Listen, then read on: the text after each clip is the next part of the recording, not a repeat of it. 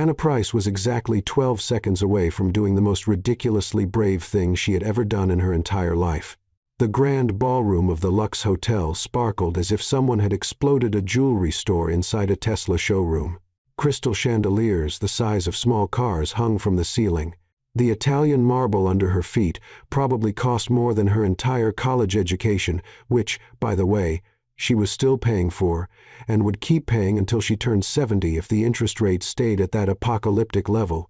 She wasn't supposed to be here. The navy blue dress she was wearing was borrowed from Maya, the front desk clerk who felt sorry for her. The Macy's tag was still half loose on the inside seam, poking her left rib like a constant reminder. You're a fraud. You're an imposter. You're going to get caught. The badge hanging around her neck? Fake. Well, technically borrowed without express written permission, but any lawyer would still call it forgery. And to complete the disaster combo, the dress had a serious structural issue. The side seam was giving way. Hannah could feel the fabric slowly splitting with each breath. In about 15 minutes, she wouldn't just be kicked out of the event, she'd be laughed out of it. But none of that mattered now, because Tyler Morgan, her ex-boyfriend, ex-love of her life, ex-person who promised to love her forever but lasted 8 months, was walking straight toward her across the ballroom, and he wasn't alone. Savannah Stone was hanging on his arm like a living Hermes handbag. Perfect blonde hair, Versace dress a real one, not the Shein knockoffs Hannah used to buy, and jewelry that probably had its own insurance policy. She was everything. Hannah wasn't rich, confident, and with a bank account that didn't cry every time rent was due. Tyler smiled. That smile. The same smile he used when he broke up with her by text. Yes, text. 3 weeks before getting engaged to Savannah. Hannah, you're amazing, but you don't have ambition. I need someone who's on my level. You know, level as if relationships were a video game and she'd been stuck in the tutorial. Now he was 30 feet away. 26. 20. Savannah was already smiling, that smile people give when they're about to be kind to someone less fortunate. Hannah felt panic rise in her throat, like acid reflux after cheap pizza at 3 a.m. Option A. Fake a faint. No, too dramatic. And she'd probably hit her head on the Italian marble and wake up with a $50,000 hospital bill. Option B. Run to the bathroom. Too cowardly. And Savannah would definitely tell everyone, poor Hannah had to run away because she can't stand seeing me happy. Option C. Summon an earthquake. Sadly, not a power she had yet. Option D. That's when she saw him. In the most secluded corner of the ballroom, leaning against the wall like a Greek sculpture someone forgot to catalog, stood a man. Tall. Very tall. The kind of tall that made you wonder if he played basketball or modeled on runways. A dark gray custom suit that probably cost more than her car, which she had sold 3 months ago to pay her mom's medical bills, but that's another depressing story.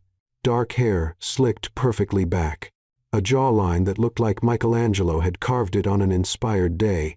And that posture, straight, confident, untouchable, like the CEO of some company no one ever hears about because only multi-billionaires have access to it. But the best part? He was alone. 2 men in black suits stood near him at a respectful distance, like Buckingham Palace guards, but American and probably trained in some ultra-secret martial arts. He held a glass of red wine, watching the room with an expression so deeply bored that Hannah almost felt sorry for him. Perfect. Tyler was 12 feet away. 9. Savannah opened her mouth, about to say something that would definitely start with Hannah, sweetie, in that condescending tone that made Hannah want to hit something. Hannah didn't think. She didn't calculate. She didn't make a list of pros and cons. She just acted. She crossed the ballroom like she was on a divine mission, which, technically, she was. The mission to not die of embarrassment right then and there. The heels also borrowed, 2 sizes too big, with band-aids on the backs to prevent blisters, clicked on the Italian marble. Click, click, click, click. The sound echoed. Some heads turned. The mysterious man's bodyguards noticed first.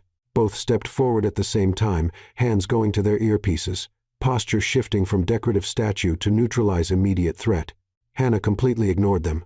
She walked straight between them, which, in hindsight, was incredibly stupid and could have ended with her thrown to the floor, reached out, and grabbed the stranger's arm. "Babe, you made it. I thought you'd miss the entrance." The entire ballroom froze. The kind of cinematic freeze where even the dust particles stopped floating in the air. 300 pairs of eyes, investors, CEOs, socialites, waiters holding trays of salmon canapes worth more than minimum wage, turned to her. The man, the stranger she had just turned into her fake boyfriend, without asking for permission, consent, or even knowing his name, stopped breathing for a second. He stared at her. Steel gray eyes, cold, analytical, breaking down every detail. The borrowed dress, the questionable badge, the barely hidden desperation on her face. 3 seconds. Hannah felt a cold drop of sweat slide down the back of her neck. 4 seconds. The guard stepped forward, ready to drag her away. 5 seconds. Hannah thought, "That's it. I'm done. I'm going to get arrested. I'll become a meme. I'll be kicked out of the event, the company, maybe even the country." Then he did something completely unexpected. He raised his hand, a small, almost invisible gesture, the kind kings do in period films. The guard stepped back immediately, as if pulled by invisible strings.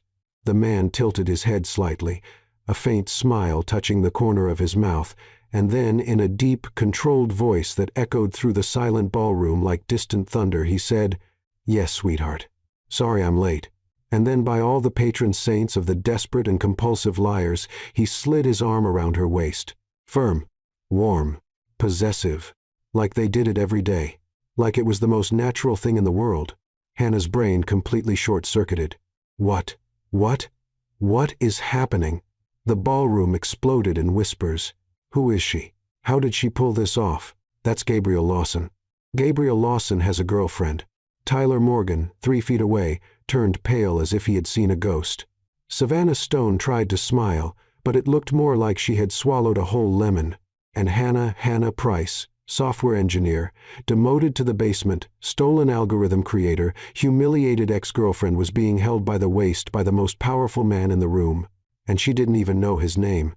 Technically, now she did. Gabriel Lawson. But that didn't help, because she had absolutely no idea who Gabriel Lawson was. Businessman? Investor? Well-dressed mob boss? Gabriel leaned in, lips close to her ear, voice low enough for only her to hear. "You have 30 seconds to tell me why I shouldn't have my security remove you from here." Hannah froze, then whispered back, desperate, "My ex is over there with his rich fiancée. They were coming to humiliate me. I just needed a way out. Please, just until they leave. I'm begging you." Gabriel studied her for another second. Then, surprisingly, the faint smile grew. Just a little. "Interesting. And what do I get out of this?"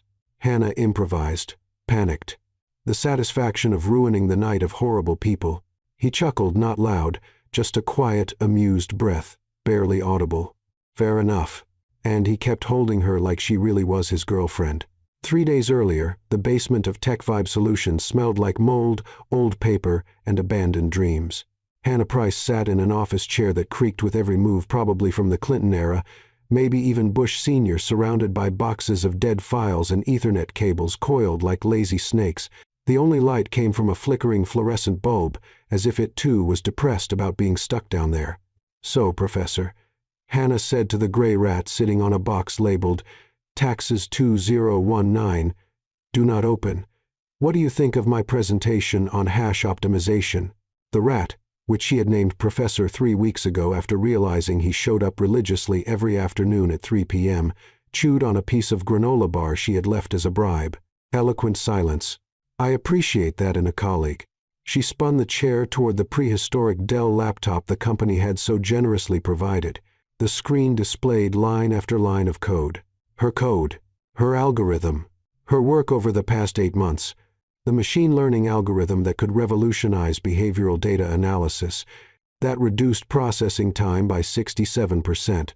That had the potential to be worth millions. And that Andrew Carter, her direct boss and technology director, was about to present as if it were his. Again. The clock read 2:47 p.m. The general meeting would start in 13 minutes. Hannah sighed, saved the file for the 10th time, justified paranoia, and looked at Professor. "You know what's funny?" "Well, not funny, haha. More like funny tragic. Andrew doesn't even know how to code." He copies and pastes from Stack Overflow and still messes up the indentation. Professor seemed to find that appropriately outrageous and dropped a piece of granola on the floor. Exactly.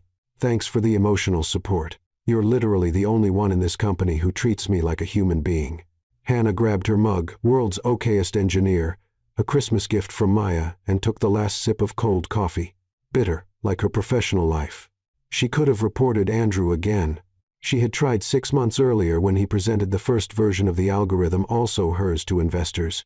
She had set up a meeting with HR, brought proof, emails, drafts with dates and times.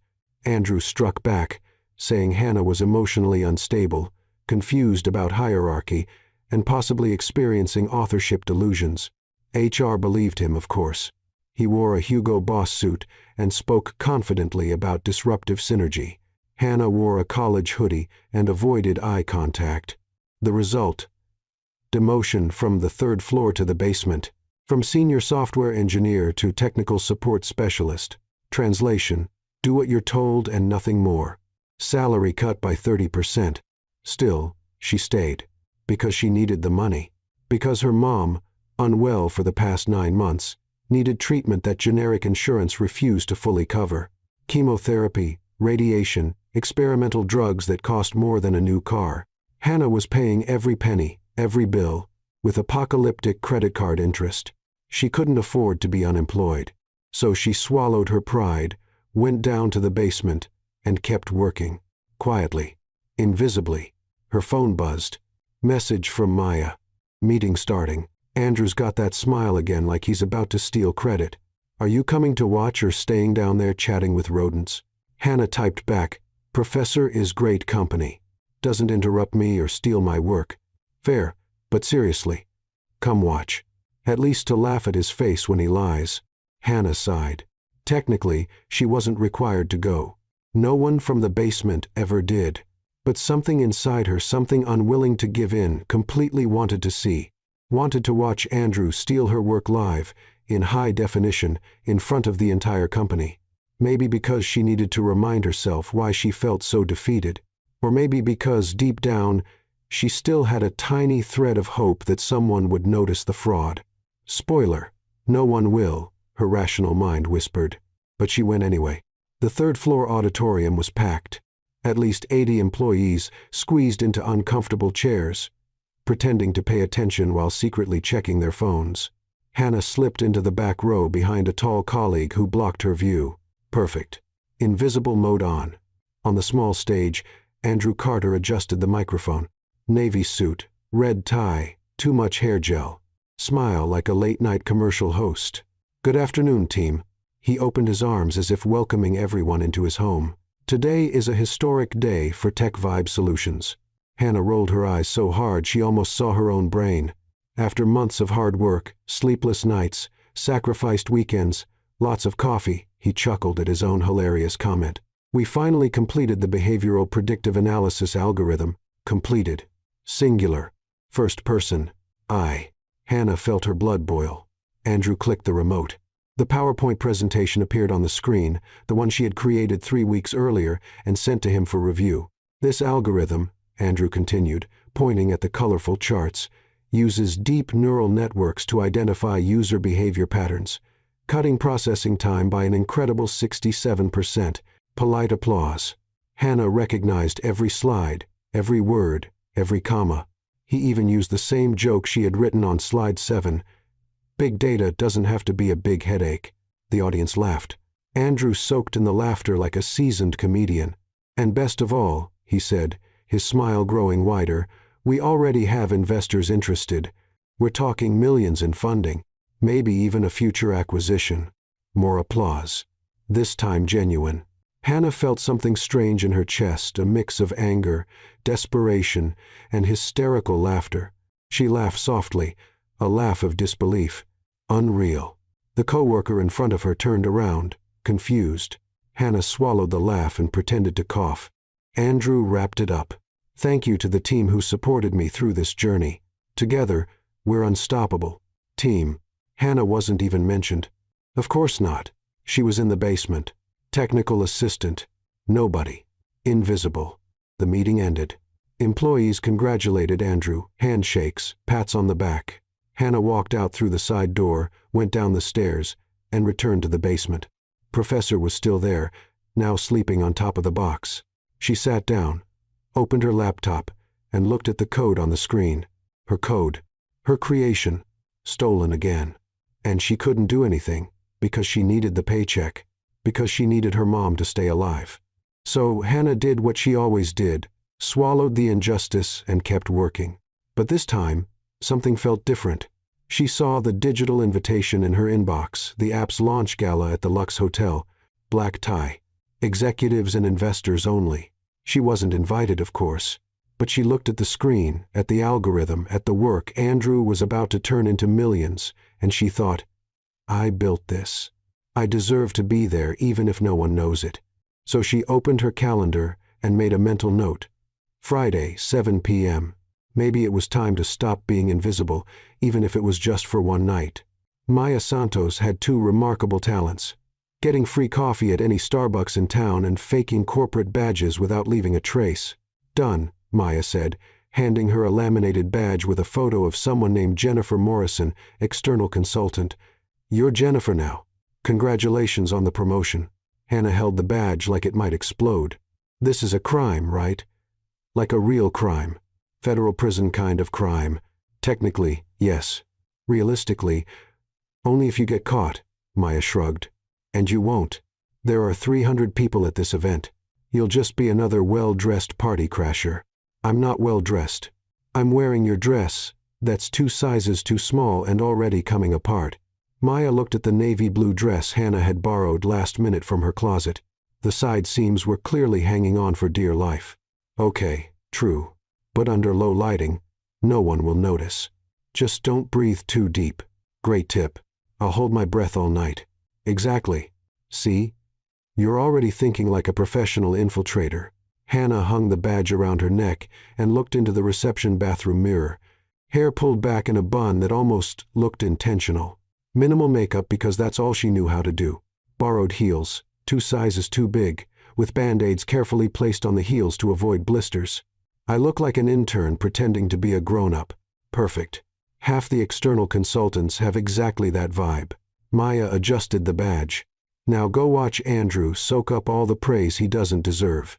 Come back and we'll order pizza while you tell me every dramatic detail. Hannah took a deep breath. Mistake. The seam groaned. If I get arrested, will you visit me? Every week. I'll bring cookies. Thanks. You're a terrible but loyal friend. It's on my resume. The Lux Hotel Grand Ballroom looked exactly like the kind of place Hannah had only seen in movies.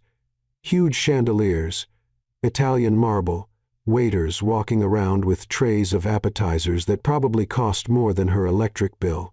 Hannah entered through the side door. Maya's tactical tip: never go through the front. Security pays attention there. Side doors are always better. She showed the fake badge to the bored security guard at the side door. He barely looked before nodding her in. It worked.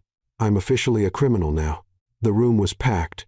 Executives in suits, women in evening gowns, conversations about market disruption and exponential ROI. Hannah immediately felt like a fish out of water, a fish in a tight dress with a fake badge. She walked toward the back of the room, trying to look confident, until the oversized heel twisted on the red carpet. Hannah stumbled, arms flailing like a bird trying to take flight, and almost fell flat on her face. 3 people looked her way. She recovered miraculously, bent down, and touched the red carpet as if she were evaluating it. Interesting material, she murmured to no one in particular. Definitely synthetic fiber. I'll add that to the technical report. The people looked away, uninterested. Hannah stood up and practically ran behind a marble column, her heart pounding like a heavy metal drum solo. Great, Hannah. First minute, and you almost exposed yourself as a clumsy party crasher. She took a deep breath. The seam groaned again, a constant threat. From her hiding spot behind the column, she watched the ballroom. Up ahead, on a small improvised stage with a microphone, there he was, Andrew Carter, impeccable gray suit, smiling and gesturing energetically as he spoke with a group of investors, men with gray hair and Rolex watches. Hannah couldn't quite hear what he was saying, but she could see the investors nodding, clearly impressed. One of them patted Andrew on the shoulder, laughing at something he said. Hannah felt her stomach turn. Then the microphone came on. "Good evening, ladies and gentlemen," Andrew began, his voice echoing through the entire hall. "Thank you for being here tonight to celebrate the official launch of Sync Pulse Analytics." Polite applause. Hannah recognized the name. Her original name for the project had been Pulse Sync. Andrew had just flipped it because it sounded more professional. "This algorithm," Andrew continued, pointing at the slides behind him, "represents months of dedicated work, sleepless nights, and the passion of a united, committed team." Team. Hannah looked around. She saw a few co-workers from the third floor, analysts, product managers drinking champagne and waving. None from the basement. None were her. SyncPulse uses deep neural networks and distributed processing to identify complex behavioral patterns. Hannah recognized every word, every line. It was like hearing someone tell her life story, just with the names changed. "I created this," she thought, her hands clenching into fists. "Me. Alone in the basement with a rat as my only audience." For 1 second, a sharp, intense second, she thought about walking up there, grabbing the microphone, shouting, "I made this." Not him. Me. Exposing everything. But then she looked around at the investors, at the executives, at Andrew, confident, smooth, respected, and at herself. An outsider in a borrowed dress that was about to rip, wearing a fake badge. Who would they believe? The respected CTO or the demoted basement engineer who had snuck into the event? "Coward," she whispered to herself. The word hurt more than it should. Andrew ended his speech to more applause. Investors surrounded him, handshakes, wide smiles. Hannah turned to leave. Maybe this had been a mistake. Maybe she should just go home, back to the basement, back to safe invisibility. That's when she saw it. Perfectly styled blonde hair, a blue suit that screamed, "I make 6 figures a year," a too confident smile. Tyler Morgan, her ex-boyfriend, crossing the ballroom, and hanging on his arm in a red Versace dress and jewelry that sparkled like warning signs, Savannah Stone heading straight toward her. Tyler Morgan moved through the gala like he owned the place. Broad shoulders, confident grin, navy blue suit, probably worth more than 3 months of Hannah's rent. And hanging on his arm like a living product accessory, Savannah Stone. Blonde hair in perfect waves that defied both gravity and humidity. A red Versace dress that screamed, "My trust fund has a trust fund." A diamond necklace shining like a lighthouse in the fog. Hannah considered her escape options. Option A, dive under the canapé table. No, too desperate, and probably waiters under there. Option B, fake a heart attack. Too dramatic, and she couldn't act. Option C, literally dig a hole through the Italian marble floor with her nails. Tempting, but physically impossible. Option D, Hannah. Too late. Tyler stopped exactly 2 meters from her, one eyebrow raised in fake surprise, as if he hadn't seen her already, as if it were a coincidence he was standing right in front of the column she was hiding behind. Tyler. Hannah forced a smile that probably looked more like stomach pain. What a surprise. Truly surprising. Savannah stepped forward, her voice high and sharp like an irritating wind chime. She looked Hannah up and down with the subtlety of an airport scanner. "Hannah! Oh my gosh! You're here. Are you working the catering or are you part of the cleaning crew?" 2 people nearby laughed softly, the polite kind of laugh rich people give when someone makes a rude joke in public. Hannah felt her face burn. "Actually, I work at the company launching the app." "Oh, right." Tyler tilted his head, his smile widening. He used that tone, the exact condescending one he used when explaining obvious things to her during their relationship. "Hannah works at the company. Down in the basement, right, Han?" Han. The nickname, the same one he used to whisper during sweet, private moments now turned into a blade against her chest. "Basement." Savannah laughed way too loud, clutching Tyler's arm like he was her Super Bowl trophy. "That's so specific." Hannah gripped the champagne glass she had grabbed from a tray 5 minutes ago and still hadn't taken a sip of so tightly she was afraid she might break the crystal. "Yeah, specific. Like my job, technical support specialist." How cute. Savannah tilted her head like a dog trying to understand a complicated command. "Like you fix printers?" Tyler laughed. Something like that. Actually, Hannah said, her voice sharper than she intended, I develop machine learning algorithms. But yes, I fix printers too. I'm versatile. Savannah blinked, clearly not understanding half the words. That's so high-tech. More quiet laughter around them. Hannah noticed they were drawing a small audience, now 3, 4 people paying attention, waiting for the next round of public humiliation. Tyler stepped closer, way too close, deliberately invading her personal space. So, Han, did you come alone, or did you bring someone? The question had layers. Are you still alone? Are you still the same unambitious girl I left? Haven't you moved on? Hannah swallowed. I came to work. Professional networking. Of course, of course. Tyler nodded like a teacher pretending to believe a bad excuse. Makes sense. Savannah leaned in, her voice low but loud enough for the mini crowd to hear. Tyler told me you two dated. That's so sweet. A college thing, right? College thing. They broke up 6 months ago. Hannah was 27. It wasn't a college thing. It was 2 adults building something real until one of them decided to trade her for an heiress. But Savannah said it like Hannah was some high school crush. Tyler got over once he discovered cars and beer. Yeah, Tyler agreed, looking at Hannah with something between pity and amusement. It was a phase. A phase. 8 months. Meeting each other's families. Talking about the future. Planning a trip to Seattle that never happened. All reduced to phase. Hannah took a deep breath. The dress seam groaned, a constant threat of structural disaster.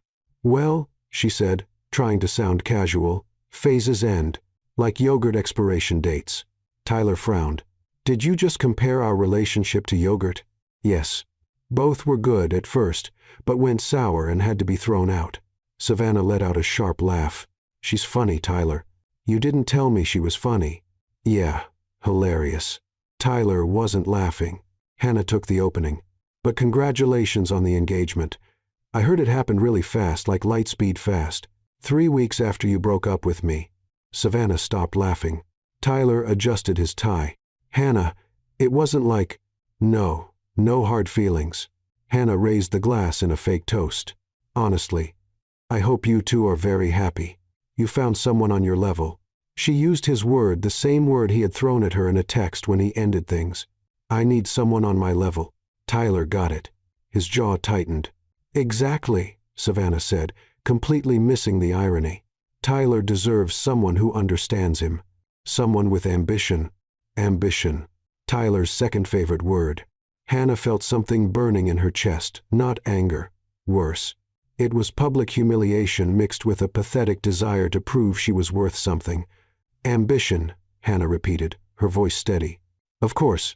Like working underground, building technology worth millions while other people take the credit. So unambitious. Tyler shrugged. But no one knows it was you, right? So technically, it doesn't count. The words hit like a punch to the stomach. No one knows. It doesn't count. Savannah glanced at her diamond-covered Apple Watch. Honey, shall we? I want to meet that investor from Dubai you mentioned. Of course, baby. Tyler kissed her forehead, a possessive, performative gesture. Then he looked at Hannah one last time. It was good seeing you, Han. Take care, okay? The tone was almost kind. Almost. But underneath it was that final layer of condescension. Poor thing. Still fighting alone while I climb higher. They walked away. Savannah laughing at something Tyler whispered in her ear. Hannah stayed where she was, alone behind the marble column. The small audience scattered, going back to their conversations about ROI and disruption, and Hannah held the champagne glass, took a deep breath, the seam of the dress groaned loudly this time, and tried not to fall apart in public. No one knows it was you, so it doesn't count. The words echoed. Maybe Tyler was right. Maybe she was invisible. That's when she saw him again in the farthest corner of the room, leaning against the wall like someone serving a social sentence. Tall, dark gray tailored suit, impeccable posture, an expression of quiet existential boredom. 2 men in black suits stood nearby, discreet but alert. The man held a glass of red wine, staring into the distance as if calculating how much longer he had to stay. Hannah didn't know who he was, but she knew one thing. He looked important. And she had the worst or best idea of her life. The man in the corner looked as interested in the event as Hannah was in hearing Tyler talk about market synergy for another 5 minutes. He refused champagne for the third time. A woman in a red dress tried to start a conversation. He answered with single words until she gave up, defeated. Perfect, Hannah thought. Someone who hates being here as much as I do. Then she heard Savannah's voice loud enough to be intentional. Obviously she came alone. Poor thing. Tyler laughed. Han was always kind of a loner. 3 people looked at Hannah with pity, and something inside her just cracked. Not the collapse on the floor kind. The I'm already at rock bottom, so bring on the bulldozer kind. Hannah crossed the ballroom heels, clicking on the marble. Seams of the dress protesting walked right past the man's security and grabbed his arm. Babe, you made it. I thought you'd miss the entrance. We already know what happened next. The ballroom froze. Security moved forward. He raised his hand and they stepped back. He slid his arm around her waist and said, "Yes, sweetheart. Sorry I'm late." The room exploded in whispers. Tyler turned pale. Savannah's jaw dropped, and Hannah was being held by the waist of a complete stranger who had just saved or ruined her social life. He leaned in, voice low. 30 seconds. Explain, Hannah whispered, desperate. My ex over there with his rich fiancé.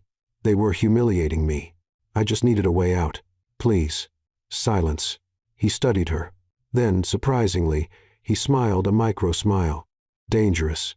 Interesting. He took her hand officially, like a boyfriend would, and started walking through the ballroom, leading her along. Hannah stumbled slightly. He adjusted his pace, steadying her. Walk like you belong here, he murmured. Confidence is half the performance, and the other half not falling on your face. Hannah almost laughed. Almost? They walked past Tyler and Savannah, both frozen, watching the scene like people watching a shooting star in slow motion. The man gave Tyler a small nod, polite, cold, dominant. Tyler tried to smile back. It looked more like a facial spasm. Once they were far enough away, Hannah whispered, "Thank you. Really. I know it was insane, but it was." He interrupted, still walking. It was also brave. Or stupid. Sometimes it's hard to tell the difference. I vote stupid. I vote both. They stopped near a huge window overlooking the city. He let go of her hand but didn't step away. Your ex, he said, voice neutral. What did he do? Hannah hadn't expected the question. He said I had no ambition. Broke up over text. 3 weeks later he was engaged to her. She nodded subtly toward Savannah, spinning gracefully in Tyler's arms. The man looked out the window, processing. Idiot. The word came out so natural, so simple, that Hannah almost choked. You don't even know me. I don't need to. He looked at her. Any man who breaks up over text is a coward. Any man who humiliates you in public is an idiot. And any man who can't recognize courage when it walks across a ballroom and grabs a stranger's arm. He paused. Well, he didn't deserve you. Hannah was speechless. He held out his hand. Formal this time. Gabriel Lawson. Hannah shook it. Still processing. Hannah Price. Hannah. He tested the name. Well, Hannah, you just turned me into your fake boyfriend in front of 300 people. I hope you have a plan for the rest of the night. Hannah looked at him, her brain finally catching up to the gravity of the situation. I don't. Gabriel smiled, this time genuinely. Great. I love improvisation. Pretending to be the girlfriend of a billionaire you met literally 90 seconds ago was, as Hannah discovered, surprisingly hard. Especially when he had the posture of someone used to commanding Wall Street boardrooms, and she had the posture of someone used to talking to rats in the basement. Gabriel kept his arm firmly around her waist, not uncomfortable, but definitely present, like he was claiming territory. Hannah tried to look natural, failed miserably. So, she began, her voice coming out weird and high. Are you enjoying the event? Gabriel looked at her, one eyebrow slightly raised. You really want to make small talk right now? I don't know what to do. I've never pretended to be anyone's girlfriend before. First time for everything. A middle-aged woman, hair in a tight bun, pearl necklace the size of quail eggs approached. She looked at Hannah with thinly veiled curiosity. Gabriel, darling. The woman smiled, teeth too white to be natural. It's been so long. And who is this charming companion? Gabriel didn't hesitate. Margaret, this is Hannah, my girlfriend. The word hit like a nuclear bomb at a children's birthday party. Margaret blinked 3 times. Processing. Girlfriend? But you always said relationships were complicated. Yes, Gabriel interrupted smoothly. Hannah changed my perspective. He looked at Hannah with something that almost resembled genuine affection. Almost. Hannah forced a smile and waved. Hi. Yes, that's me. The perspective changer. Margaret laughed, a sharp sound like a bicycle horn. How wonderful. How did you two meet? Silence. Hannah hadn't prepared a backstory. Neither had Gabriel. They looked at each other, shared panic moment. Then Gabriel said casually, At work. At the gym. Hannah added at the same time. Pause. Margaret frowned. She works at my gym, Gabriel corrected, without missing a beat. Personal trainer? Hannah almost choked but nodded. Yes, I train people physically with weights and cardio. How interesting. Margaret looked Hannah up and down, clearly trying to imagine her lifting anything heavier than a laptop. You must be very dedicated. Oh yes, super dedicated. I lift things. Heavy things. Gabriel squeezed her waist lightly, half warning, half stifled laugh. Margaret said goodbye, still glancing back curiously as she walked away. As soon as she was out of earshot, Hannah whispered, Desperate personal trainer? Seriously? You said gym. I panicked. And you said work. How does that turn into personal trainer? Improv, Gabriel said, completely calm. I thought you'd appreciate creativity. I appreciate not being exposed as a compulsive liar. He almost smiled. Technically, you started the lie. I'm just expanding the narrative. Another couple approached a man in a pinstriped suit, a woman in a gold dress that sparkled like a disco ball. Gabriel Lawson, the man said, shaking his hand enthusiastically. I heard you closed the deal with Apex Industries. Congratulations. Thank you, Richard. Richard looked at Hannah. And this is Hannah, my girlfriend. The woman in the gold dress practically sparkled with curiosity. Girlfriend? Gabriel Lawson has a girlfriend? That's headline news. Hannah laughed nervously. Yes, well, headlines happen. Awkward silence. Gabriel stepped in. Hannah is a software engineer. Finally. Something true. Richard looked impressed. An engineer? What field? Hannah relaxed just a little. This she could talk about. Machine learning. Behavioral, predictive analysis algorithms. Fascinating. The woman leaned closer. Do you work for any well-known company? Hannah opened her mouth, then remembered Tech Vibe Solutions. Andrew Carter, the stolen algorithm. Telling the truth would expose everything. Independent consulting, Gabriel lied smoothly, saving her again. She prefers not to tie herself to just one company. Of course, of course. Creative freedom. They said goodbye. Hannah exhaled, shaking. Thank you again. You're terrible at lying, Gabriel observed, almost amused. I know. That's why I never lie. But you put me in this impossible situation. And you could put yourself there, he corrected. I just agreed to play along. Why? Hannah turned to him, genuinely confused. Why did you agree to this? You don't even know me. Gabriel studied her for a long moment. Then he said, voice lower, because I saw the way your ex looked at you like you were disposable. Pause. And I saw the way you looked at him like it still hurt. Hannah lost her breath. No one deserves to be treated like they're disposable, Gabriel continued.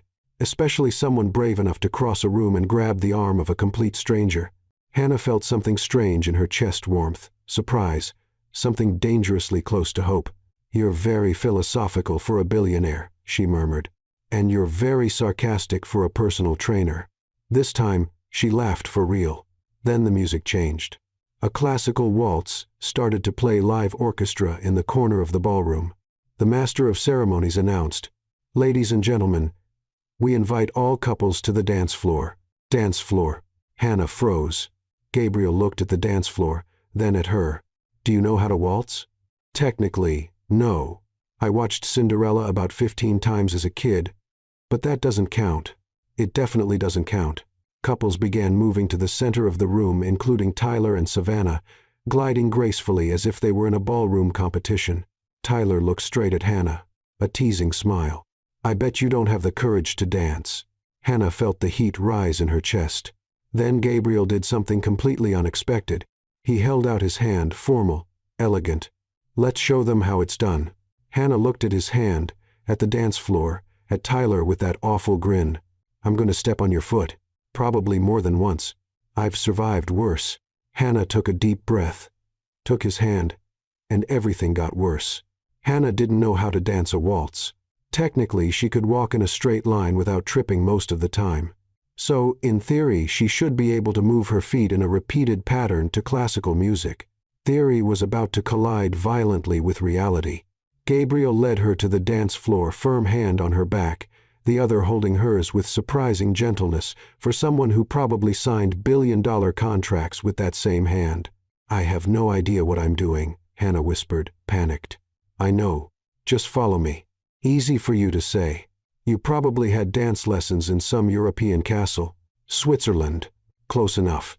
Was he joking? Hannah couldn't tell. The music started, soft violins, a melancholy piano, something by Strauss she vaguely recognized from a perfume commercial. Gabriel pulled her into the classic waltz position, his right hand firm on her waist, his left hand holding her right hand slightly raised. "Left foot back when I step forward," he instructed in a low voice. 1, 2, 3. 1, 2, 3. Hannah tried. She took 3 steps, then stepped on his foot. "Sorry," she whispered, mortified. That wasn't part of the revenge plan. Gabriel didn't flinch. "I've survived worse. Keep going." They started again. This time Hannah managed 5 steps before a small stumble. Gabriel adjusted, compensating for her mistake so smoothly no one noticed. "How do you do that?" Hannah asked, genuinely confused. "Practice. And accepting you'll step on my foot at least 3 more times." "Optimistic. I'd say 5. He almost smiled. Around them, other couples were dancing. Tyler and Savannah at the center, of course, spinning in perfect sync as if competing for a gold medal. Tyler looked straight at Hannah, raised an eyebrow. "Look at that. She found someone.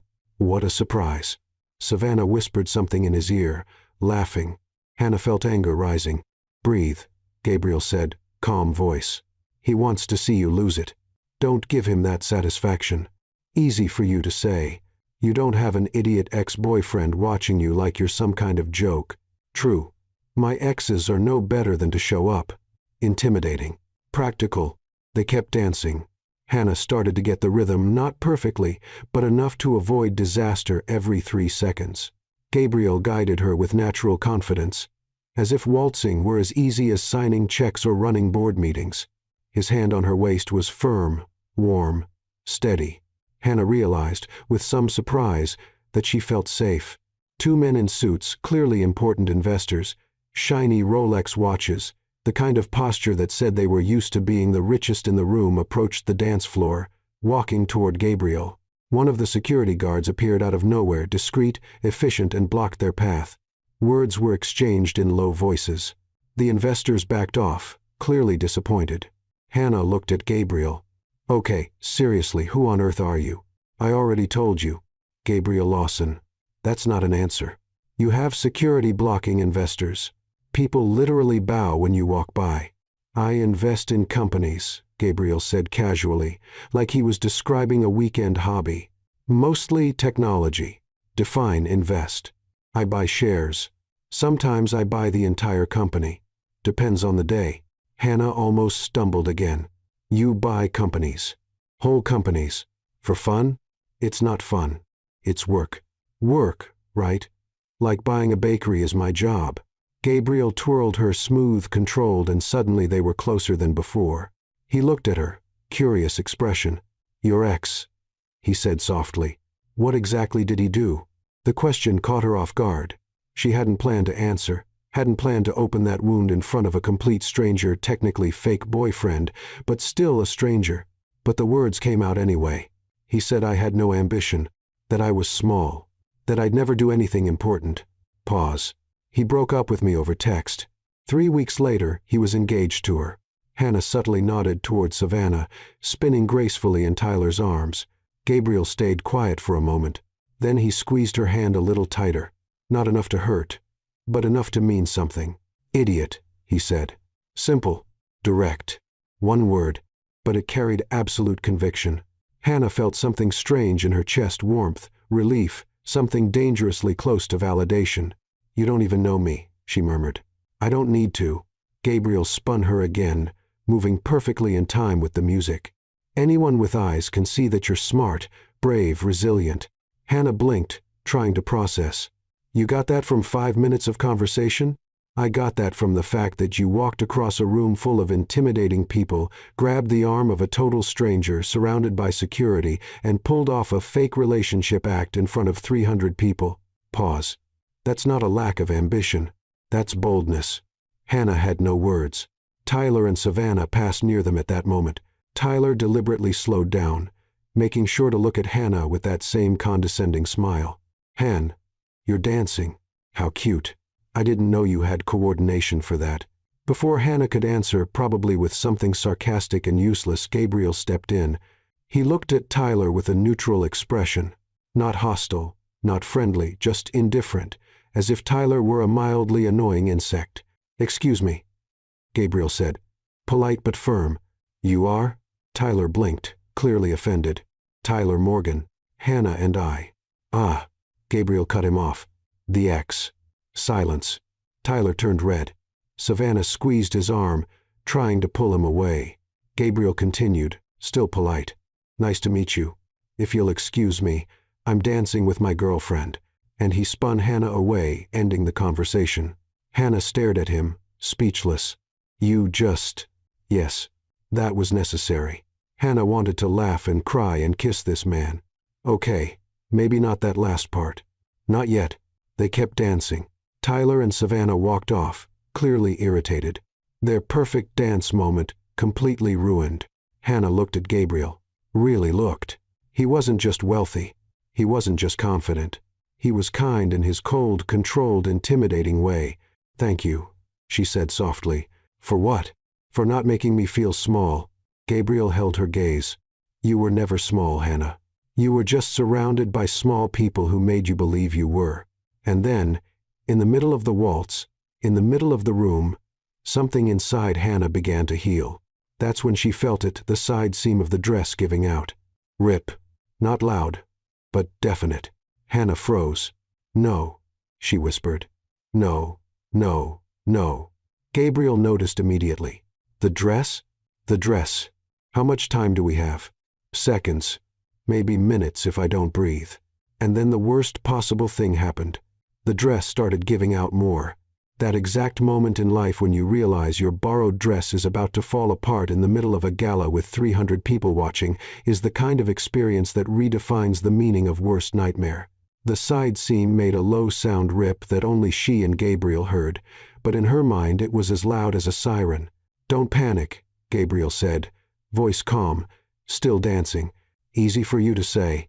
You're not about to become a public joke." "True. But I'm not panicking either, because you won't be exposed." Gabriel stopped dancing gently, naturally, as if the music had ended. It hadn't. Then he did something Hannah didn't expect. He let go of her, took off his blazer, the dark gray tailored blazer that probably cost more than her yearly salary, possibly more than her car which she had sold 3 months ago, but still, and placed it on her shoulders. The gesture was so natural, so smooth, it looked rehearsed, as if they had planned it in advance. The whole room noticed. Whispers spread. He gave her his blazer. "That's so romantic. Who is she?" Gabriel buttoned the blazer on her slowly, one button at a time, looking directly into her eyes. Hannah froze, unable to process what was happening. He adjusted the collar, smoothed the shoulders, made sure it was secure. "There," he said softly, just for her to hear. "Now no one sees anything but you." Hannah looked down. The blazer covered the problem area completely. It was snug on her, but somehow it worked. She felt the warm fabric against her skin.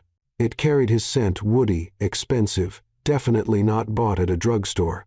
"If this blazer is insured," Hannah whispered, trying to ease the tension, "please let me know. I'll need to pay for it in installments like a 30-year mortgage." Gabriel laughed. Not a polite laugh, not a forced breath. A real laugh, low, short, but real. "Keep it," he said, still smiling lightly. "It looks better on you than it ever did on me." Hannah seriously doubted that, but she wasn't about to argue while the blazer was saving her from public humiliation. The ballroom kept buzzing, half impressed, half shocked. Tyler and Savannah stood frozen in the middle of the dance floor, Tyler with barely hidden irritation, Savannah red-faced and jaw clenched. "This was," Hannah began, searching for words. "Thank you. Really. You didn't have to." "I did," Gabriel interrupted. "You were about to have a problem. I fixed it. Simple. Nothing about tonight is simple. Fair." An older woman approached, perfectly styled gray hair, emerald green dress, diamond necklace that probably cost more than a suburban house. She carried an air of importance like a retired senator or a multinational CEO. "Gabriel, dear." She smiled, opening her arms. "How long has it been since that dreadful board meeting in Boston?" "Right." Gabriel nodded respectfully. "Senator Williams. Good to see you." "Senator, of course. Because nothing tonight could be normal." Senator Williams looked at Hannah with genuine, approving curiosity. "And who is this charming company?" Gabriel didn't hesitate for a second. "Hannah, my girlfriend." The word landed in the air like a nuclear bomb. "Girlfriend?" Hannah almost choked, managing to turn it into a polite cough. Senator Williams practically lit up with joy. "Girlfriend? Gabriel Lawson has a girlfriend? I thought I'd never live to see the day." "Surprises happen," Gabriel said, completely calm. The senator turned to Hannah with a warm smile. "Dear, you've accomplished the impossible. This man has been married to his work for 10 years. How did you win him over?" Hannah opened her mouth, closed it, opened it again. Persistence and questionable charm. The senator laughed, delighted. "Modesty, I love it." She said her goodbyes, still smiling, and returned to her group of equally important and intimidating people. As soon as she was out of earshot, Hannah turned to Gabriel, wide-eyed. "Girlfriend, don't you think that was a little too much?" Gabriel shrugged calmly. "You started it. I'm just following the script." "There was no script." "I grabbed your arm in existential panic, and now we're improvising pretty well, actually." Hannah wanted to argue, wanted to point out that this was getting completely out of control, but then she realized she didn't want it to stop. Having someone, especially someone like Gabriel Lawson, protecting her, standing up for her, believing in her. It was strange. It was good. It was terrifying. "Great," Hannah muttered, mostly to herself. "Now, I'm the fake girlfriend of a man who could probably sue me in 47 different countries." 52, technically, Gabriel corrected. "But who's counting?" She stared at him, open-mouthed. "Are you joking with me?" "Maybe." Hannah didn't know whether to laugh or scream. She chose to laugh. They stood there for a moment, she wearing his blazer, he without it, which somehow made him look even more intimidating. The whole ballroom was still sneaking glances their way. A waiter passed by with a tray of appetizers. Finally, Hannah muttered, grabbing one. Food proof that this night is real and not a stress-induced hallucination. Gabriel picked up a glass of wine from the tray. "You're doing well," he said. Considering my life is falling apart in slow motion. Considering I'm improvising a fake relationship in front of some of the most powerful people on the East Coast. When you put it that way, it sounds even worse." Hannah bit into the canapé. It was smoked salmon with something fancy she couldn't identify. "This canapé probably costs $15, she said with her mouth half full. "I could buy lunch for a whole week with that." Gabriel almost smiled again. "You're refreshingly practical." "You mean poor. You can say it?" "No, I mean genuine." Hannah stopped chewing. The way he looked at her wasn't pity.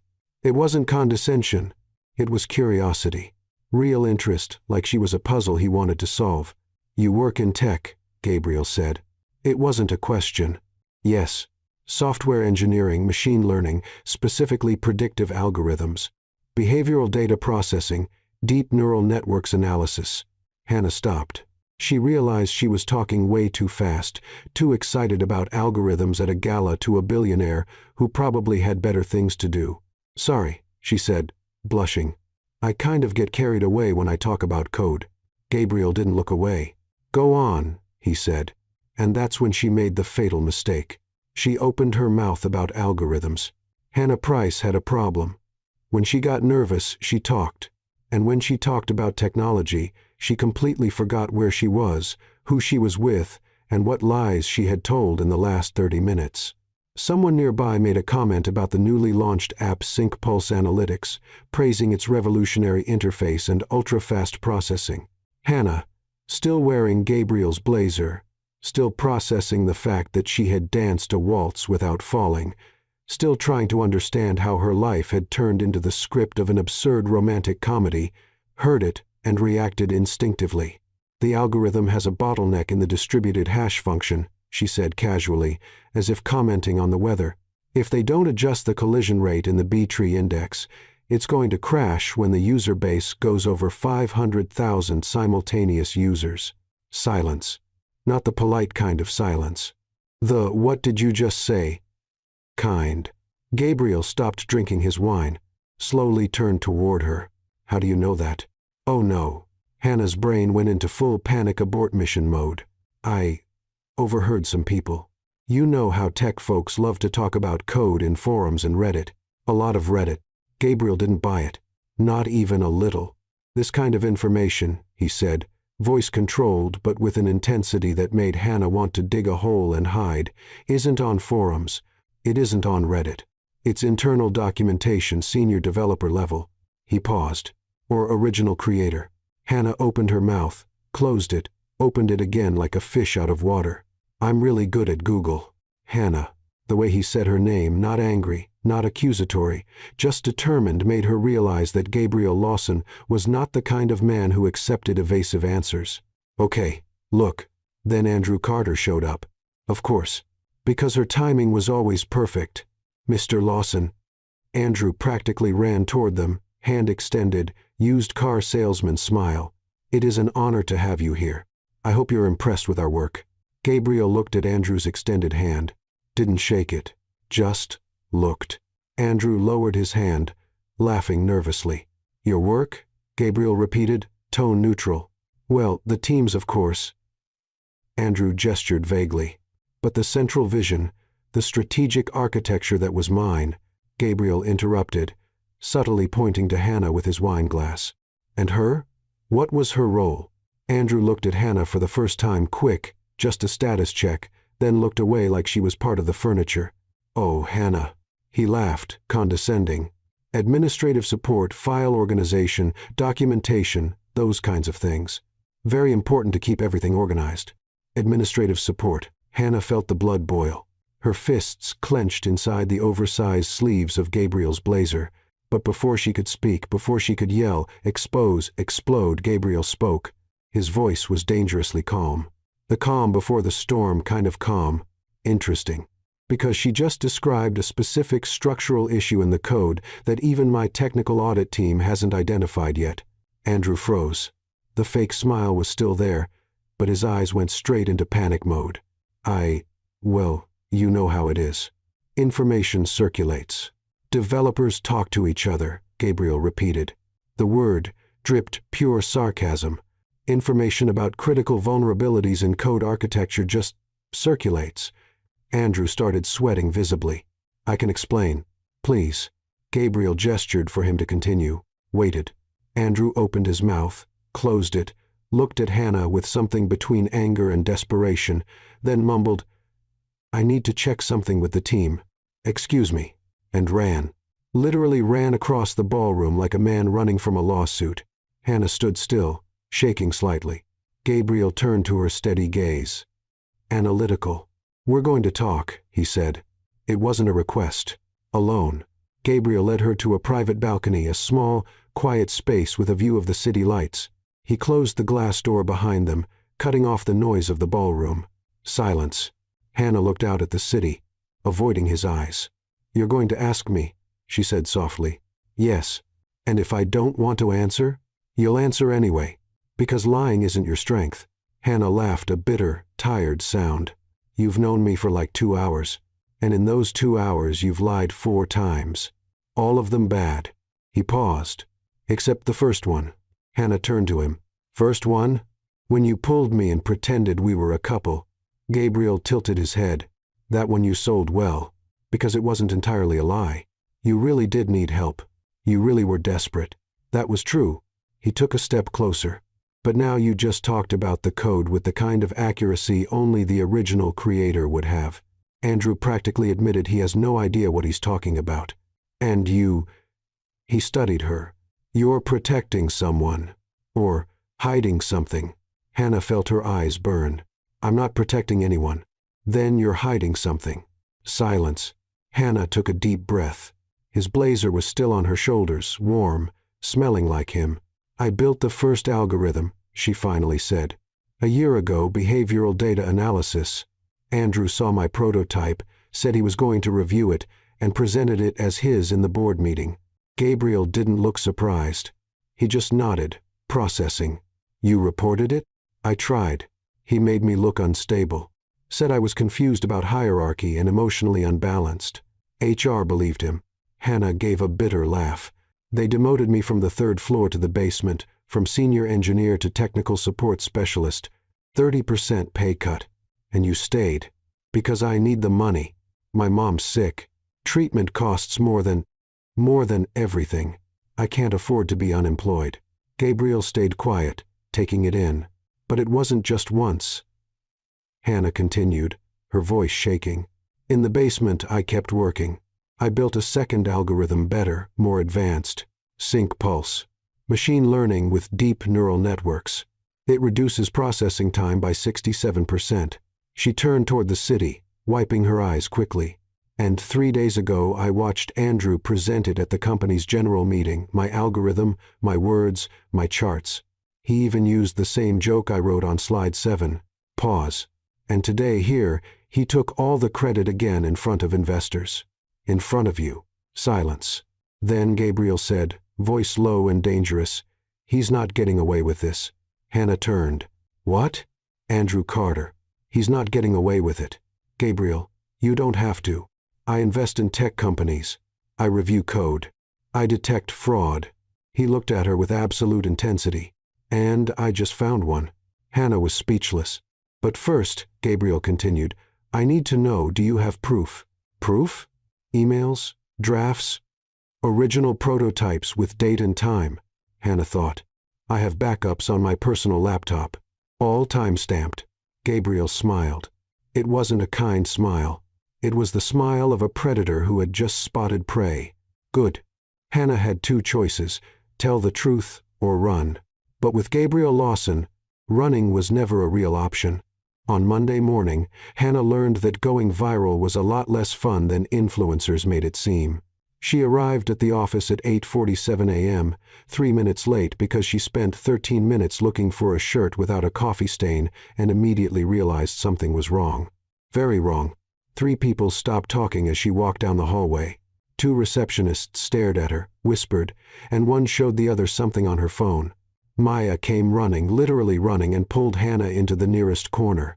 You're viral, Maya whispered, eyes wide. What? Maya shoved her phone in Hannah's face. The screen showed a photo of Hannah wearing Gabriel's blazer, the two of them standing on the dance floor, him looking at her with an expression that seemed protective, interested. The lighting was perfect. It looked like a celebrity magazine cover. Below the photo, 17 messages in the company gossip group. Guys, who is Hannah Price? She works here? How? That's Gabriel Lawson. The billionaire Gabriel Lawson. Is she like a secret heiress or a corporate spy or both? Oh no, Hannah groaned. Oh no. No. No. Oh yes, Maya corrected. Way too excited for the situation. You're famous like Cinderella, but corporate edition, with less fairies and more jealous people. This is a disaster. Or an opportunity. Depends on how you look at it. Before Hannah could respond, probably with something pessimistic and realistic, Andrew's secretary, Jennifer 50, permed hair, always looking like she was chewing on a lemon, appeared. Hannah Price. She said the name, like it was forbidden. Mr. Carter wants to see you now. Maya gave her a good luck, you'll need it, face and strategically vanished.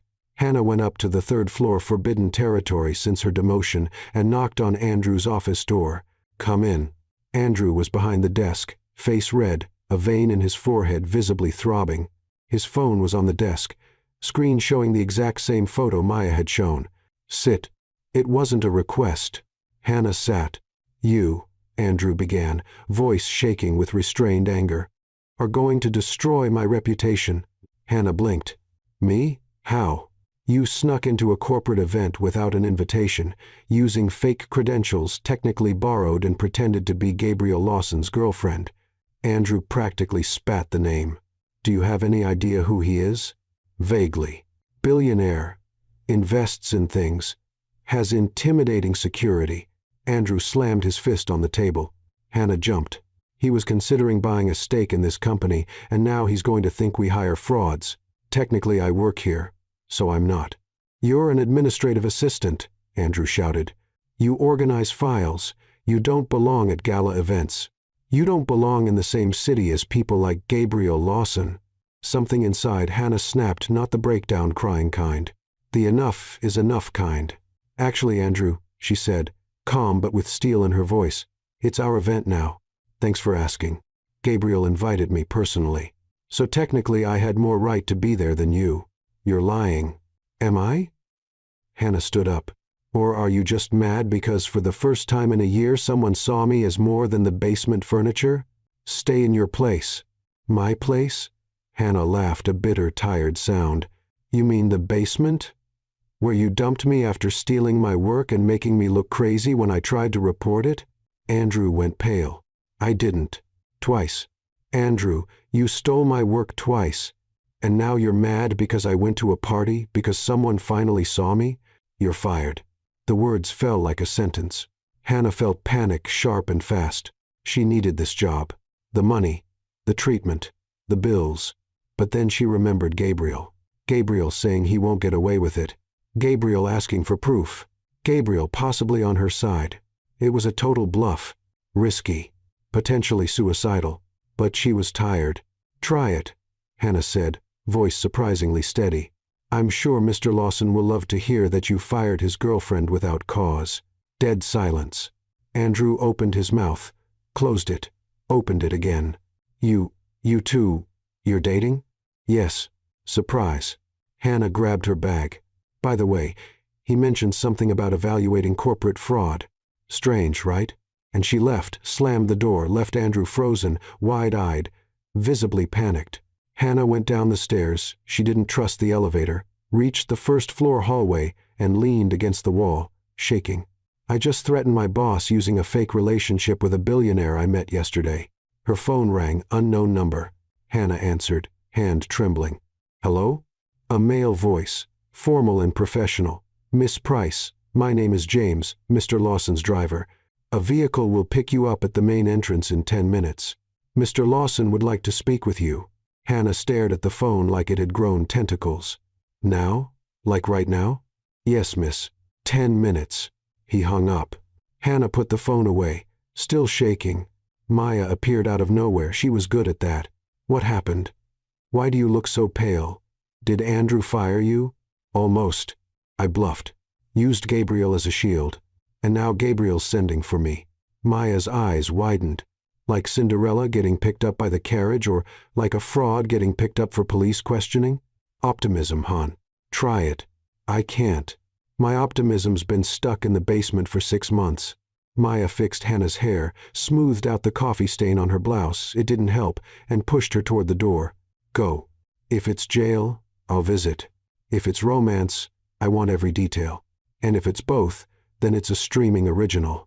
Hannah walked out the main door. A black Mercedes, shiny, intimidating, probably worth more than her entire student loan debt, was parked out front. A man in a suit, James, presumably opened the back door. Hannah looked at the car, at the building behind her, at the uncertain future ahead. The black car waited, and Hannah didn't know if she was being rescued or abducted. The glass and steel tower in the financial district had the kind of security that made airports look relaxed. Hannah went through 3 checkpoints, metal detector, retina scanner seriously, and a guard who looked at her like she was a national security threat before finally stepping into the private elevator that went straight to the 42nd floor. 42nd. Hannah lived in a ground-floor 1-bedroom apartment that smelled like mold and had a neighbor who played drums at 2 a.m. Gabriel Lawson had an office in the sky. The elevator doors opened directly into a minimalist lobby, white marble, modern furniture, and a flawless blonde receptionist who looked at her with barely hidden curiosity. "Miss Price." The receptionist smiled professionally. "Mr. Lawson is expecting you. This way." Hannah followed, trying not to look completely out of place and failing miserably. The receptionist opened a pair of glass double doors. Gabriel's office was intimidating, minimalist, clean. One entire wall of glass with a panoramic view of the city. A huge darkwood desk, 2 black leather sofas, no personal photos, no unnecessary decoration, just power concentrated in architectural form. Gabriel stood with his back to her, on the phone, speaking in Mandarin. Hannah froze. Of course he speaks Mandarin. He probably speaks 17 languages while solving a Rubik's Cube and closing corporate deals. He noticed Hannah, motioned for her to wait, and ended the call with a short, decisive sentence. He turned around. "Sit." It wasn't a request. It was a command. Hannah sat on the leather sofa, which probably cost more than her kidney on the black market. Gabriel took the seat across from her, crossed his legs, studied her with that precise, surgical focus that made Hannah feel like a lab specimen. "You know you created something worth billions, right?" Hannah laughed, a nervous, high-pitched sound like a broken bicycle horn. "Billions? With this hair?" She pointed to her messy bun. "I think you've got the wrong Hannah. There are at least 5 at the company." Gabriel didn't laugh. "My technical audit team worked all night. They went through every line of sync pulse code." Hannah felt her stomach sink. "And it's yours." Unequivocally. Silence. "Every line of code carries your fingerprints," Gabriel continued. Voice neutral but firm. "Unique logic." Sarcastic internal comments.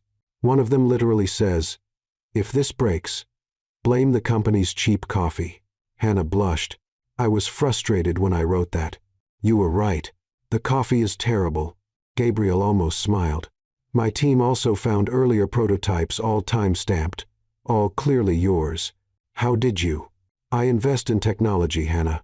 I evaluate code. I spot talent." He leaned forward slightly. "And I just found a genius hidden in a basement talking to rodents." Hannah didn't know whether to laugh or cry. "You investigated my basement?"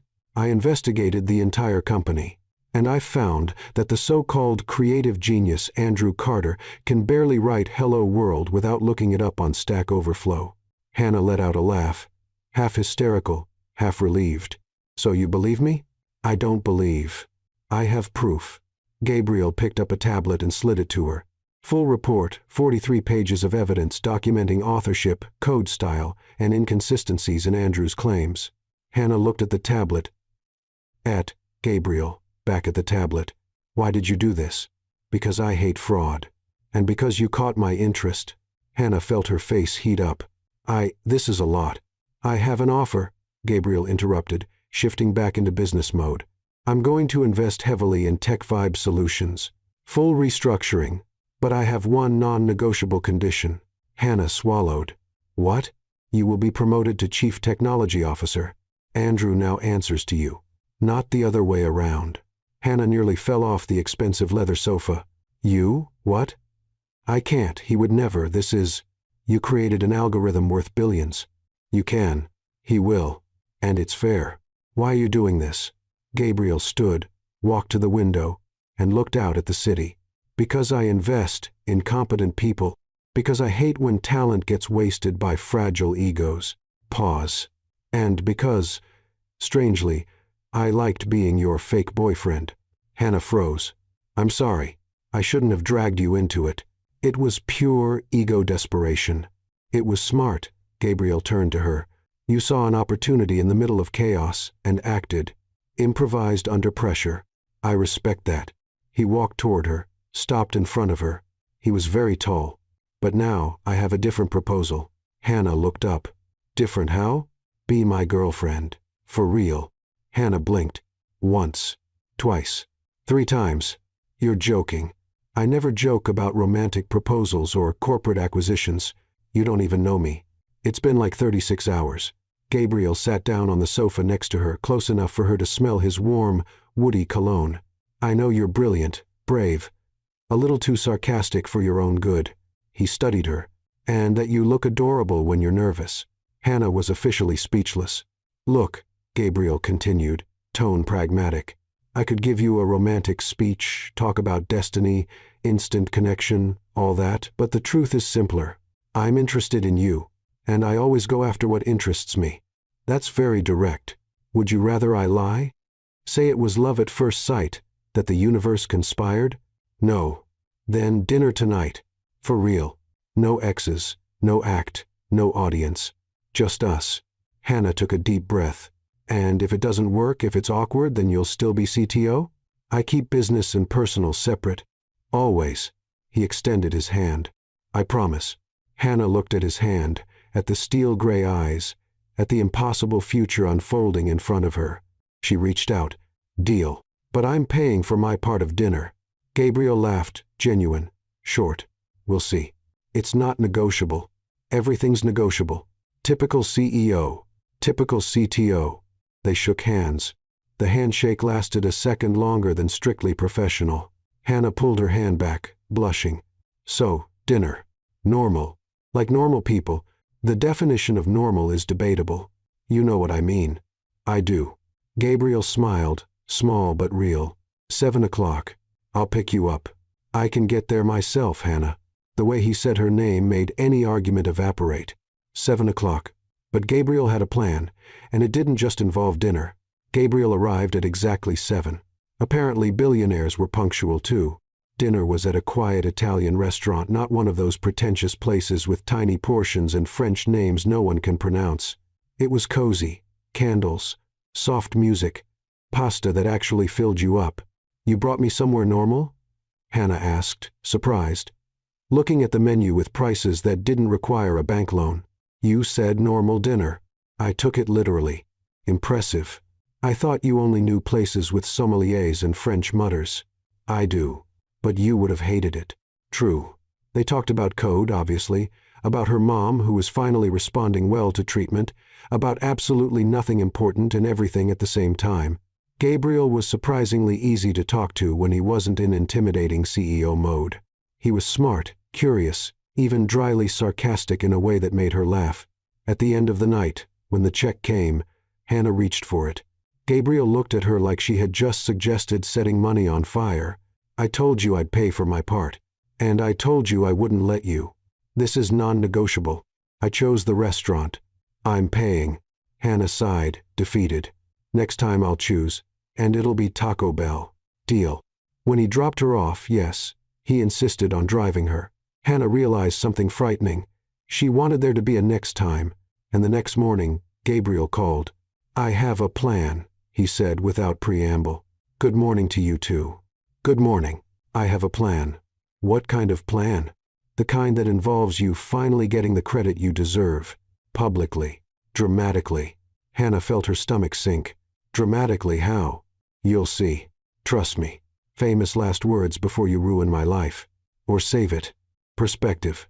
3 days later, Hannah discovered that Gabriel's plan involved public exposure, corporate revenge, and drama worthy of a reality show. She was hiding in the back of the Tech Vibe Solutions auditorium, the same place where weeks ago she had watched Andrew steal her credit for the first time. Only now there were cameras, lots of cameras, and journalists, and investors in suits too expensive to be real. Gabriel had invited her. Translation. Ordered her to attend. Wear something nice, he'd said yesterday. I only own basement clothes. Then wear the least bad. Now she was there wearing the only blouse without a visible stain, standing next to Maya, who was buzzing with excitement like someone watching an MMA fight. This is going to be epic, Maya whispered. Like Game of Thrones but with PowerPoint. On stage, Andrew was giving another speech again about his revolutionary work. And with this innovative algorithm I developed, the double doors of the auditorium opened. Gabriel Lawson walked in. The entire room stood up literally as if the president had arrived. Andrew stopped mid-sentence, his smile freezing. Gabriel walked down the central aisle, firm steps, flawless posture, flanked by security, and stepped onto the stage. Andrew held out his hand, forced smile. Mr. Lawson. What an honor. Gabriel looked at the hand, didn't shake it, just took the microphone from Andrew. Thank you for the invitation, Gabriel said, voice echoing through the room. But before we talk about investment, we need to correct a mistake. Dead silence. The sync pulse algorithm everyone's been praising was not created by Mr. Carter. The room exploded in whispers. Andrew laughed, nervous, high-pitched. "Mr. Lawson, I believe there's been some kind of misunderstanding." "There wasn't." Gabriel cut him off, voice calm but firm. "The algorithm was created by Miss Hannah Price. My technical audit team confirmed it. Every line of code, every data structure, every sarcastic internal comment about bad coffee." Laughter filled the auditorium. Andrew turned pale. "That's ridiculous. Hannah works in administrative support. Hannah Price," Gabriel continued, ignoring him completely, "was demoted a year ago after creating the first algorithm which Mr. Carter also presented as his own. When she tried to report it, she was silenced, humiliated, and forced to work in the basement." Cameras clicked. Journalists scribbled furiously.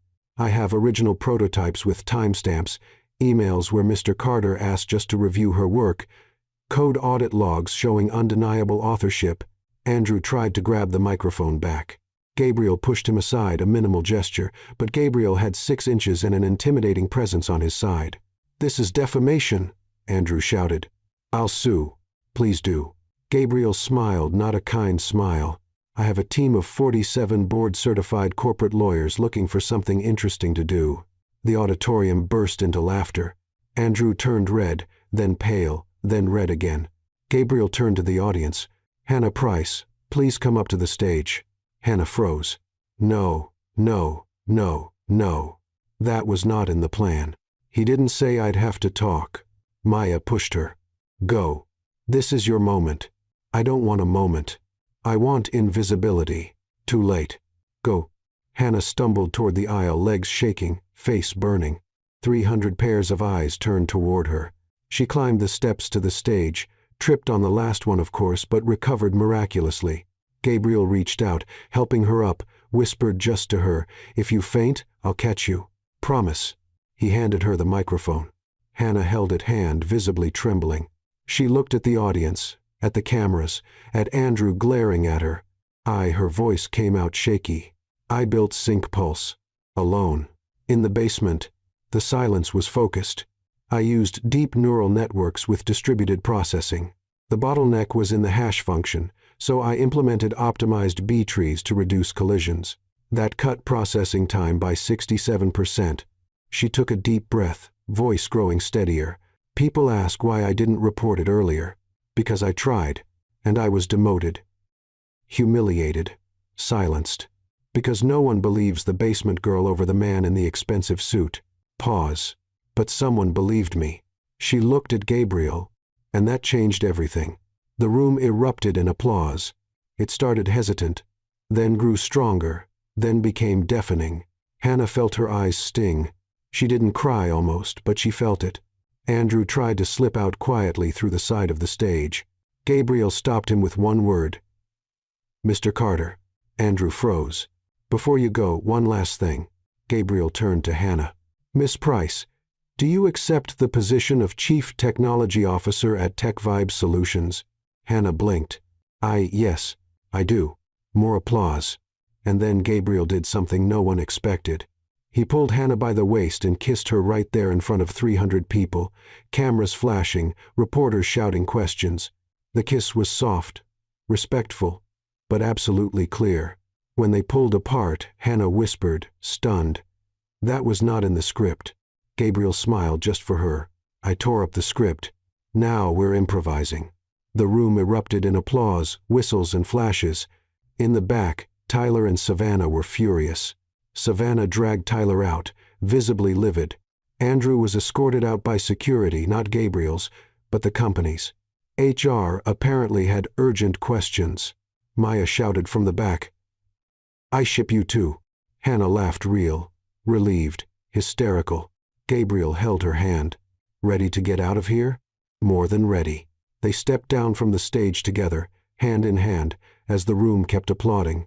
Outside in the hallway, Hannah finally exhaled. "You planned all of this?" "Yes."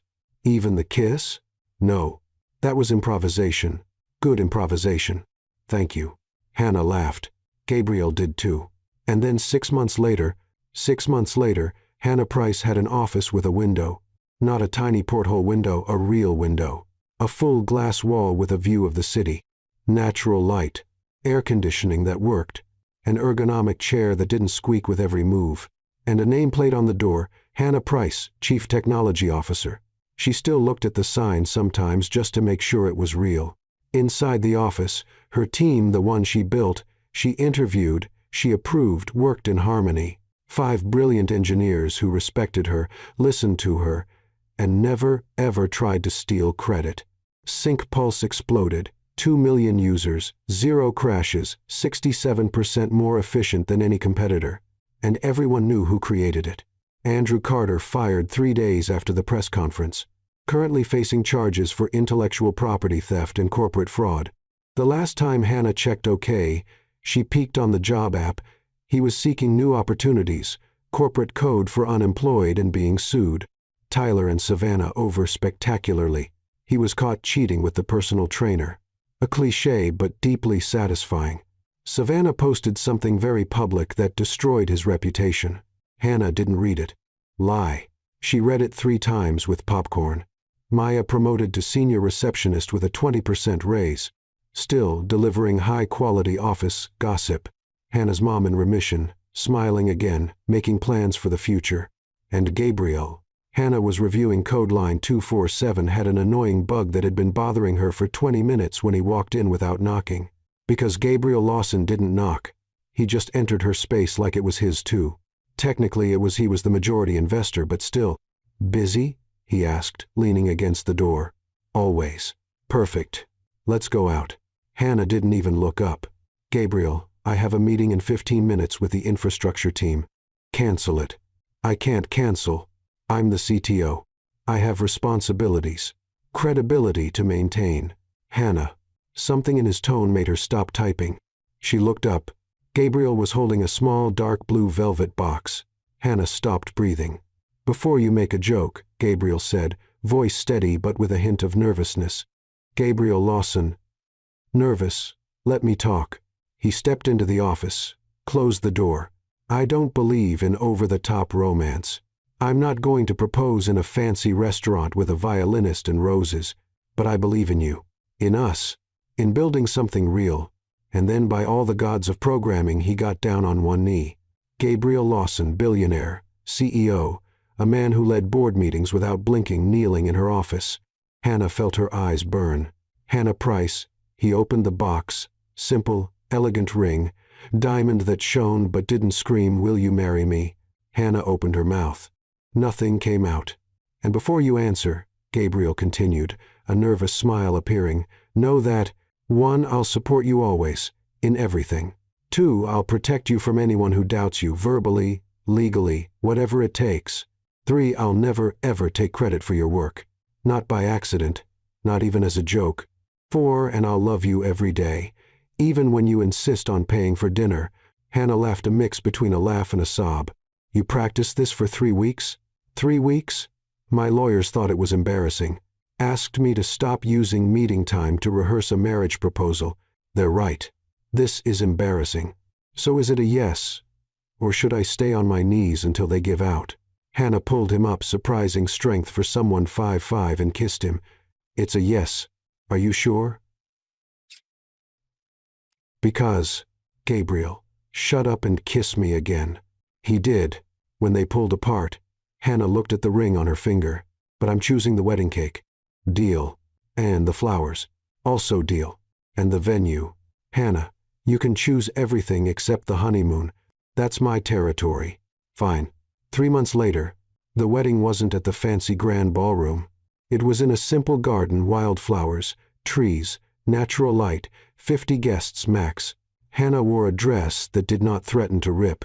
Maya personally checked the seams 3 times. Gabriel wore the same dark gray blazer from that night, the one he draped over her shoulders when her dress started to give out. Lucky, he said when Hannah asked. You're sentimental. I'm practical. The blazer worked once. Maya was the maid of honor, pink dress, cried through the entire ceremony. Gabriel's 2 bodyguards, James and Marcus, were groomsmen. They cried too. No one mentioned it. Everyone pretended not to notice. Hannah's mom sat in the front row, healthy, smiling, wiping away tears. Tyler wasn't invited, obviously. When the pastor said, "You may kiss the bride," Gabriel leaned down and whispered, "You know what surprised me most that night?" Hannah smiled, eyes shining. "That I lied so well? That I found someone real." He kissed her. And this time it wasn't an act. It wasn't strategy. It wasn't a plan.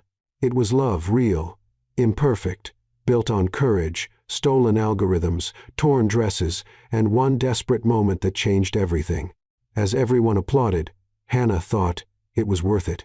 Every second of fear, every moment of shame, every day in that basement talking to a rat because they brought me here. To him, Gabriel whispered, still holding her. "Good thing you grabbed my arm that night," Hannah answered, laughing through tears. "Good thing you didn't sue me. I thought about it for 2 seconds. Seriously? No, but it makes a better story if I say yes." They laughed because now, finally, they could. At the reception hours later, while they were cutting the cake chocolate with ganache Hannah's choice, Maya walked up. "So Tyler posted today." Hannah raised an eyebrow. "And?" "He's rediscovering himself on a solo trip through Europe. All the photos are just him staring thoughtfully at the horizon." Hannah looked at Gabriel, who was talking with her mom, making her laugh. She looked at the ring on her finger, at the friends around them, at the life she built after everything. "Good for him," Hannah said genuinely. "I hope he finds what he's looking for." "You've gone zen." "No. I just realized he doesn't matter anymore." Hannah smiled. "He was just the prologue. Gabriel is the real story." Maya wiped her eyes. "I'm going to cry again." "Please don't. You've already soaked 3 tissues." Gabriel came back, slipped his arm around Hannah's waist. "Everything okay?" "Perfect. Ready for the honeymoon?" "That depends." "Where to?" "Surprise." "Gabriel, do you trust me?" Hannah looked at him, at the man who believed in her when no one else did, who fought for her, who saw her. Always. And they walked out together to somewhere dreamy.